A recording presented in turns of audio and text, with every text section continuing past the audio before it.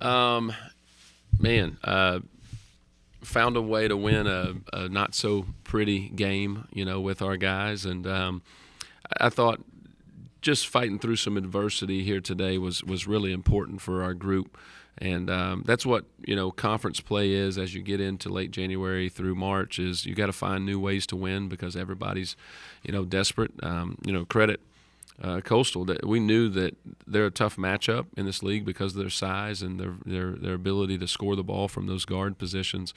Coming in off of a losing streak, we thought they would be desperate, right? Coming into this building and feeding off the energy and the opportunity, and we did not finish, the first half very well and gave them a ton of confidence. They came out in the second half and capitalized on that. But proud of our guys for having a great response, making enough plays. And then Mark kind of putting us on our back on the offensive side of the ball was really pretty special to watch coming down the stretch to finish the game. Kind of along those lines, you have been able to finish out these last three that you've won, kind of in different ways. But you had relatively comfortable lead and then kind of had to hang on in those games, which is something going back early in the season, maybe like Towson places, you weren't able to do that. Yeah.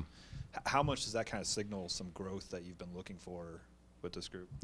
A ton, right? A ton, yeah, because we did have quite a few games. Norfolk State, right? We had the one that you mentioned there at Towson where we didn't quite finish those the right way, and we're not finishing these perfectly, right? But we're making just enough plays, and so it does point to that. And I said it back when we lost those games, right? They are a necessary part of our process of becoming a good team.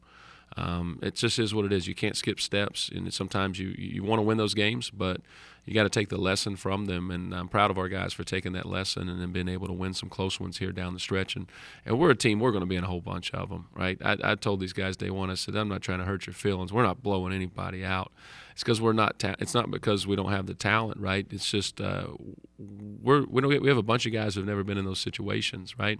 And so they're learning. They're learning how to finish those games, and certainly, as you said, 3 different ways to finish 3 games in a row. Very pleased with where we're at with that. Coach, you guys shot over 80% from the free throw line tonight and had numerous advantage in offensive rebounds and in the post play. Is this an advantage you guys knew you guys had coming into the game? And you guys fouled someone out as well. Is that kind of an advantage you guys had on him as well?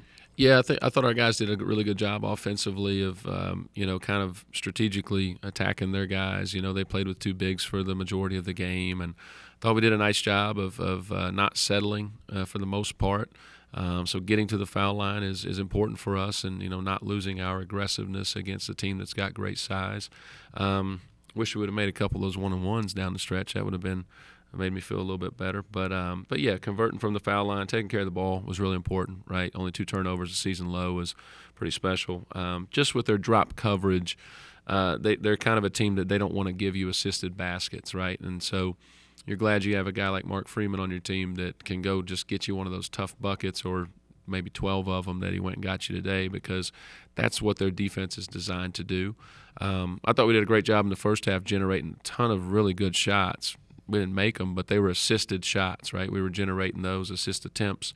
So those, we were doing some great things from that end, but I thought our lack of seeing the ball go in probably affected our defensive urgency, especially at the end of the half.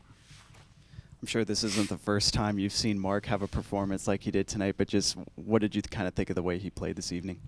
I thought he had a great response, right? I thought he played really well the other day when we brought him off the bench, and then, brought him off the bench here again today. He comes in and just his execution was great. He was getting screen assists for guys, and then, obviously making, those plays down the stretch. And so sometimes that's what you have to do, right? You got to find the hot hand. It's, more often than not in these types of games, it becomes about players, not plays. And so you find, different creative ways to get the ball in his hands and let him make those plays. And he was able to make just enough of those. Now, we don't want to live in that all the time, and he doesn't either. And he's really grown in his ability to generate shots and understand the flow of the game. But certainly when he can tap into that part of his game and say, hey, I can just take this one over for us, Coach, it certainly helps.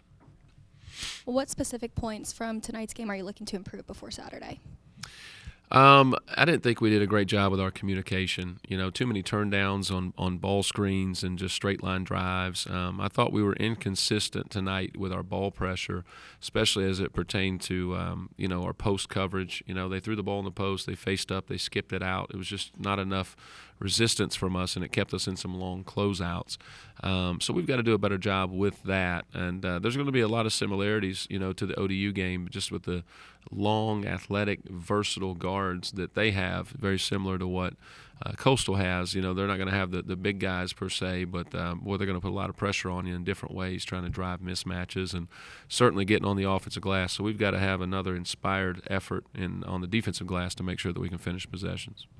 Coach, what's the concept to try to squeeze out? What are you trying to squeeze out when you make a lineup change like you are right now between the three guards? Just trying to find something that fits, right? I think we've, kind of had three starting guards all season long, right? And they've all played starter minutes, so just kind of finding the right mixture, the right lineup. And you have to credit those guys, Kurt. They've got great humility, right? They say, I don't really care about the starting position. They've all experienced it numerous times throughout this year. They know they're going to play. But some games we might need a little bit more length. Sometimes we may need something different, right? And so it's just kind of switching that up. But it's a nice luxury when you've got guys who are really bought in like those three are. There was one point where we seemed that Lindsey through a stretch there wasn't getting quite as many shots as he was earlier in the year because he was becoming a main topic of scouting. Right. Starting him, does that help him to get a few more shots? The minutes are about the same, I would guess. Yeah, I think it does help him a little bit, and I think really Bryce is just growing as a player because that's what happens, right? When you get to the top of the other people's scouting report, they're going to know every way that you get loose to get those shots. They're going to go over them. They're not going to make a ton of mistakes, and so you've got to be an expert of your details, right, and the nuances of how we're trying to get you open and get those clean looks. And he's really growing in that area, right? A lot of film work and working through, and I think he started to really take that part of his game more serious when we're showing them on film. This is how a team will defend. Now let's go out and let's run our offense against their defense, and let's really try to execute what's going to be there. He's growing in that area a lot. That's a big challenge for a young player, but he's certainly living up to it. It certainly was untimely for Jones to go down when he did, for Coastal. Did that change anything that you were doing at that point? Did you approach the last minute 22 with him out of the lineup now any differently? No, I think it just allowed us to give a little bit more attention to battle. Obviously, being on high alert with him and trying not to let him get loose. I think he had 3 threes in the first half, if I'm not mistaken. So we did a better job on him in the second half. It's hard to really apply that amount of attention and pressure to two dynamic guards like that, especially when there's so much attention given to the post in a game like this. So when one of them's out, it certainly does allow you to just kind of put a little bit more on a guy like Battle. All right, we'll see you Saturday. Go Dukes.